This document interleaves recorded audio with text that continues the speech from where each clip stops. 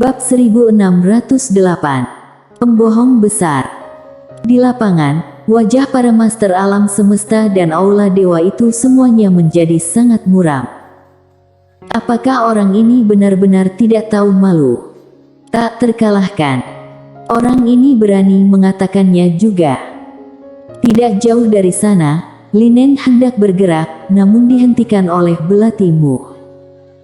Belatimu menggelengkan kepalanya, kamu dan aku bukan lagi lawannya, kecuali kita menggunakan kekuatan aturan hukum. Berbicara tentang ini, hatinya juga sangat rumit. Belum lama ini, Mileye ini bukanlah lawannya, tapi sekarang, kekuatan Mileye ini telah jauh melampaui dia. Bahkan tanpa benda ilahi itu, Mileye lebih kuat darinya. Mileye saat ini berada di ranah alam fana. Alam fana. Belatimu tidak mengerti, mengapa orang ini mencapai alam fana. Apakah orang yang tidak tahu malu mudah menerobos alam?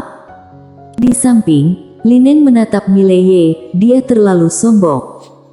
Belatimu memandang Mileye, dan berkata dengan lembut, dia memiliki modal untuk menjadi sombong sekarang. Mileye saat ini tingkatan alamnya sudah mencapai alam fana. Dengan sepasang sepatu bot di kakinya, dia hampir tak terkalahkan di level yang sama. Terutama sepasang sepatu bot itu, mereka benar-benar curang. Pada saat ini, suara pedang Tao tiba-tiba bergema dari kejauhan. Mileye berbalik dan melihat sesosok di kejauhan mundur lagi. Itu adalah tetua abadi yang berperang melawan Tu. Saat ini, tetua abadi hanya memiliki satu lengan kiri yang tersisa, seluruh tubuhnya ditutupi dengan bekas pedang, seolah-olah dia telah terbunuh. Dan di sekitar Tu, energi pedang saling bersilangan dan terbang, dia sendiri tidak ada hubungannya. Tetua abadi dikalahkan. Di arena, master alam semesta yang tak terhitung jumlahnya tampak sangat bermartabat. Tetua abadi benar-benar dikalahkan oleh cultivator pedang ini. Belatimu melirik Tu, hatinya merasa sedikit terkejut, bagaimana mungkin wanita ini menjadi begitu kuat? Apakah keluarga ini berlatih secara terbuka? Di kejauhan, Tu menatap tetua abadi dengan dingin, semuanya mewah. Saat suara itu turun, energi pedang di sekelilingnya tiba-tiba terbang keluar. Pada saat yang sama, dia sendiri terbang keluar sebagai cahaya pedang Tao. Melihat pemandangan ini, murid tetua abadi tiba-tiba menyusut. Pada saat ini, energi pedang Tao tiba-tiba melambat dan pada saat yang sama, abjad kuno yang tak terhitung jumlahnya tiba-tiba muncul di depan tetua abadi. Abjad kuno ini sebenarnya membentuk perisai abjad kuno yang sangat besar. Pedang itu tiba. Duar. Perisai abjad kuno bergetar hebat, dan kemudian menjadi ilusi. Namun, itu menahan energi pedang Tu dan pukulan super Tu. Tu menoleh untuk melihat Nanayan. Orang di sebelah kanan Nanayan inilah yang baru saja menembak, pembicara terkuat di alam semesta aula dewa. Jika Nanayan tidak bergerak, tetua abadi pasti sudah terbunuh sekarang. Kemampuan membunuh cultivator pedang bisa dikatakan yang terkuat di antara semua seniman bela diri. Tu memandang Nanayan, lalu mengangkat tangannya untuk menyerang pedang. Cahaya pedang Tao terbang keluar, namun pedang cahaya Tao baru saja mencapai Nanayan sudah diblokir oleh perisai abjad kuno. Tu memegang pedangnya dan berjalan menuju Nanayan.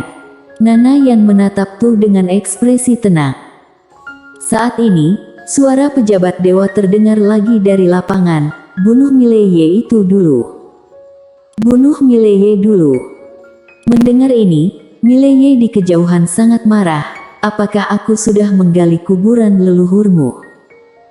Setelah itu, dia tiba-tiba berubah menjadi pedang Tao dan menghilang tanpa jejak. Menggunakan benda ruang waktu, banyak orang di lapangan tidak dapat merasakan Mileye saat ini. Karena kecepatannya terlalu cepat. Di kejauhan, wajah pejabat dewa yang sedang bertarung tiba-tiba berubah. dia berbalik tiba-tiba dan meninju. Di kepalan tangannya ada kata aneh, Fa. Duar. Cahaya pedang hancur, dan Mileye langsung meledak ribuan kaki jauhnya. Setelah berhenti, Mileye sedikit bingung, kekuatan macam apa itu barusan. Pada saat ini, tubuh fisiknya benar-benar terbelah. Kelima organ dalam tubuhnya terasa seperti meledak, yang sangat tidak nyaman.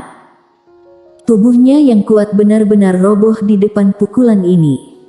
Tentu saja, dia masih belum menggunakan baju sirah Dewa Perang. Dia ingin menggunakannya pada saat kritis. Saat ini, suara belatimu terdengar di kepalanya.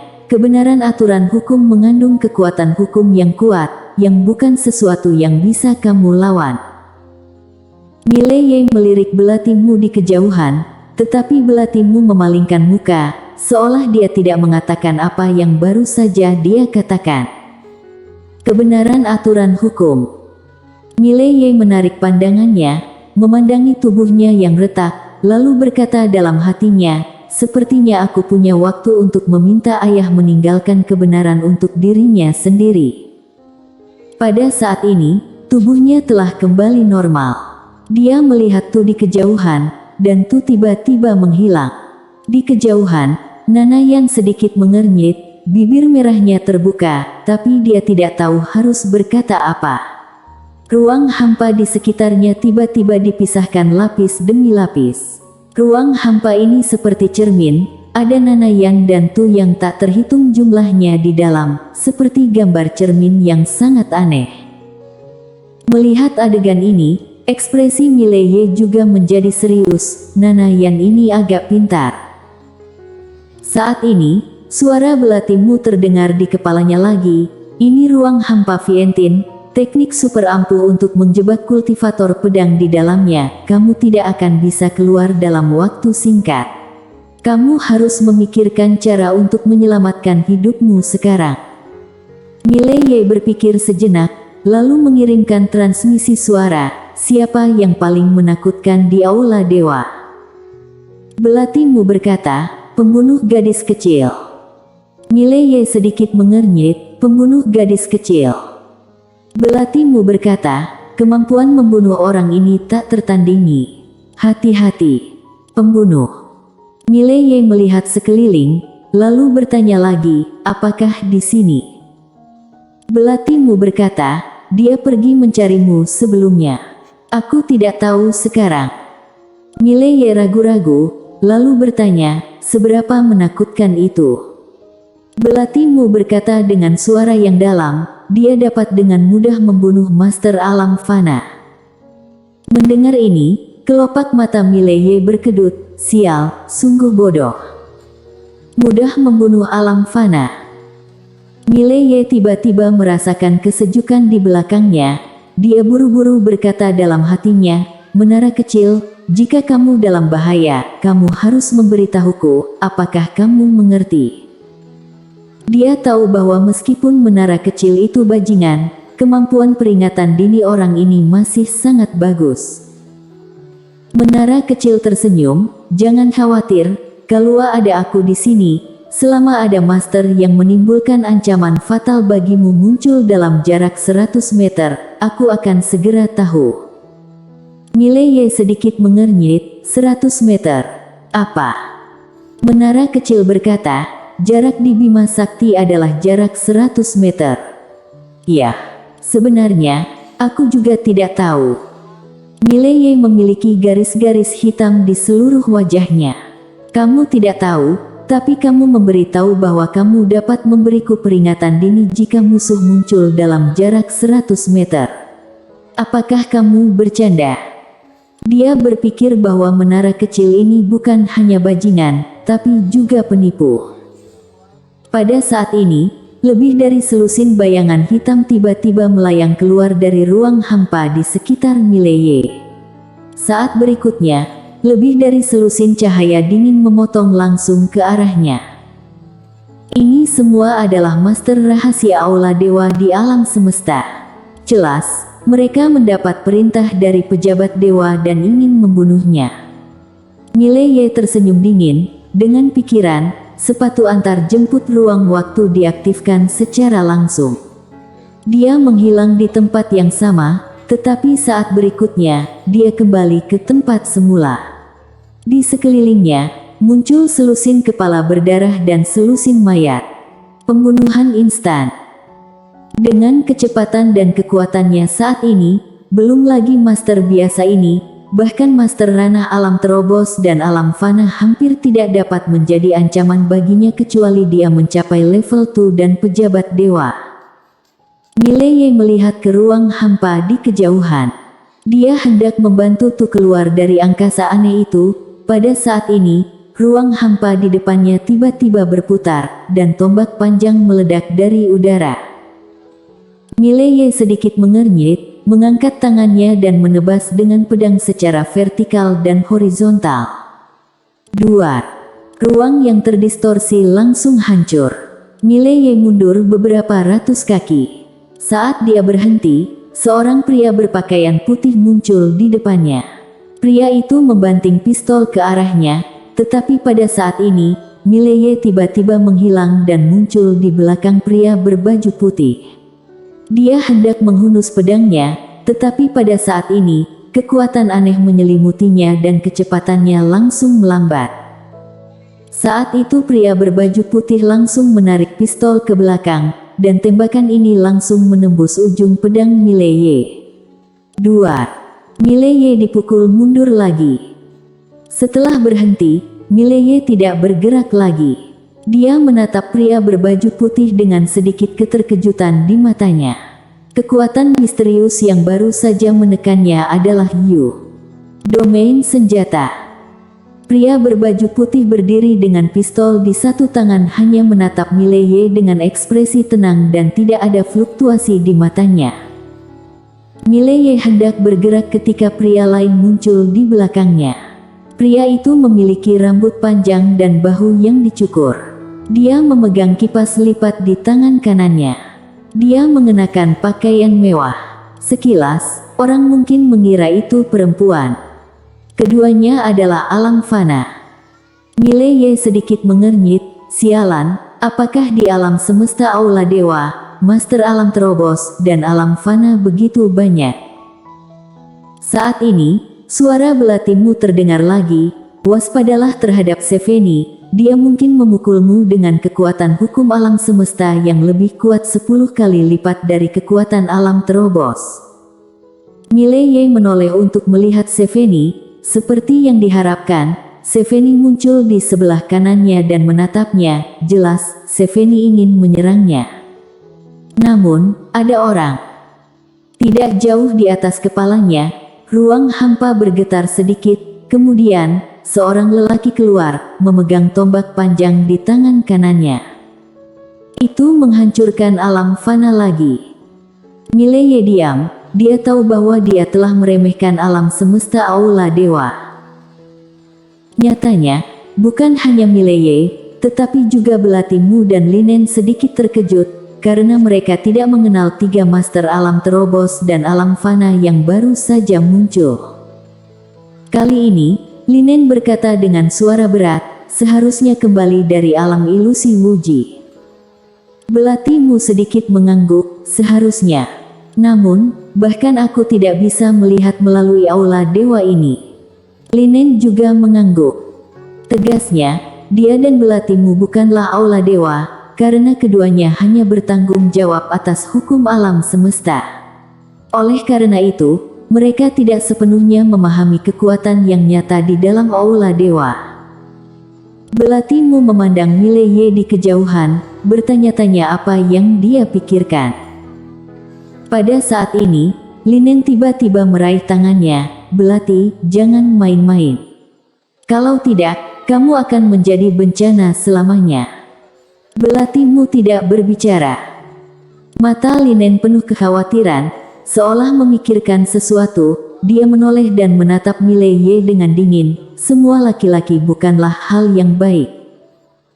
Pada saat ini, pria berbaju putih dengan pistol di kejauhan tiba-tiba menghilang di tempat, dan saat berikutnya, cahaya dingin tiba-tiba muncul di depan Mileye. Dan pada saat pria berbaju putih menembak, dua lainnya juga menembak bersama. 3 domain langsung menyelimuti Mileye. Jelas, ini adalah sepatu antar jemput ruang waktu yang akan menekan Mileye. Ini juga normal, lagi pula, sepatu bot Mileye terlalu mesum, jika tidak ada penindasan domain, bahkan mereka bertiga tidak dapat menahan kecepatan itu. Ketika ditekan oleh 3 domain, Mileye tiba-tiba memiliki jejak kepanikan di wajahnya. Kepanikan ini ditangkap oleh mereka bertiga, dan mereka bertiga menjadi lebih percaya diri. Ketika mereka bergegas ke Mileye, Mileye yang ada di samping menyeringai dan saat berikutnya, 10 Mileye tiba-tiba muncul di sekitar tubuh bayangan. Saat 10 tubuh bayangan muncul, wajah ketiga orang itu berubah drastis. Mereka bertiga ingin mundur, tapi terlambat. 2 tubuh bayangan langsung memblokir tombak panjang pria bertombak dan pria yang memegang tombak, sementara tubuh utama Mileye dan 8 tubuh bayangan lainnya secara bersamaan menghunus pedang dan menebas pria yang memegang kipas di belakang mereka.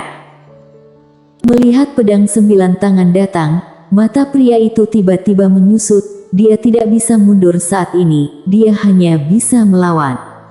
Dia membuka kipasnya tiba-tiba, dan cahaya putih meledak. Tetapi saat berikutnya, sepotong cahaya putih ini langsung dipotong-potong, kemudian cahaya 9 pedang Tao menembus seluruh tubuhnya. Cici. Pria itu langsung dipotong-potong menjadi potongan yang tak terhitung jumlahnya.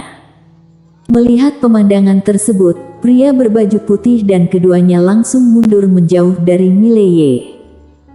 Melihat 11 Mileye di kejauhan, ekspresi mereka berdua sangat serius.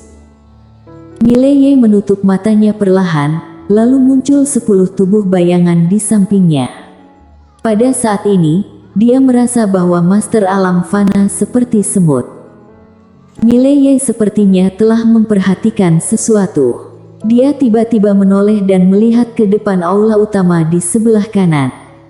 Ada sebuah patung besar di sana. Patung itu adalah seorang pria. Pria itu memandang ke depan dengan ekspresi lembut. Mileye tiba-tiba muncul di depan patung itu. Melihat patung itu, dia tiba-tiba memiliki perasaan yang akrab. Agak tidak masuk akal. Karena dia bisa yakin bahwa dia belum pernah melihat pria ini. Dia melihat ke bawah, lalu di bawah patung itu, hanya ada 2 kata, Dewa Ye. Dewa Ye. Mileye berkedip, lalu saat berikutnya, dia sangat marah, nama aku Dewa Ye. Aku Dewa Ye. Suara itu jatuh, lalu dia tiba-tiba menebas dengan pedang. Tes. Patung itu langsung dipotong-potong. Melihat pemandangan ini, belatimu di kejauhan langsung menjadi pucat. Dasar idiot, apa yang kamu lakukan untuk memotong patung ini? Linen menatap Mileye dengan dingin, dia sudah tamat. Mileye menyadari pada saat ini bahwa ada sesuatu yang salah. Karena di sekelilingnya banyak sekali Master Alam Semesta Aula Dewa yang memandanginya. Dan master-master itu memandangnya dengan kasihan. Pada saat ini, suhu di lapangan tiba-tiba menjadi dingin. Di kejauhan, Tu yang sedang bertarung dengan Nana yang sepertinya merasakan sesuatu. Dia menoleh tiba-tiba dan meraung, lari. Tu juga tiba-tiba menoleh, si kecil, lari. Suara belatimu juga bergema, Jalang, cepat panggil ayahmu. Brengsek. Cepatlah. Mileye sedikit bingung, dia akan melarikan diri. Pada saat ini, menara kecil tiba-tiba berkata, majikan muda, jangan panik, tidak ada bahaya, jika ada bahaya, aku bisa tahu, tenanglah. Sebelum dia selesai berbicara, belati tiba-tiba keluar dari dada Mileye. Tes. Percikan darah. Mileye membeku di tempat dan hanya ada satu pikiran di benaknya. Menara kecil, seharusnya aku tidak percaya padamu, kamu adalah pembohong besar. Bersambung.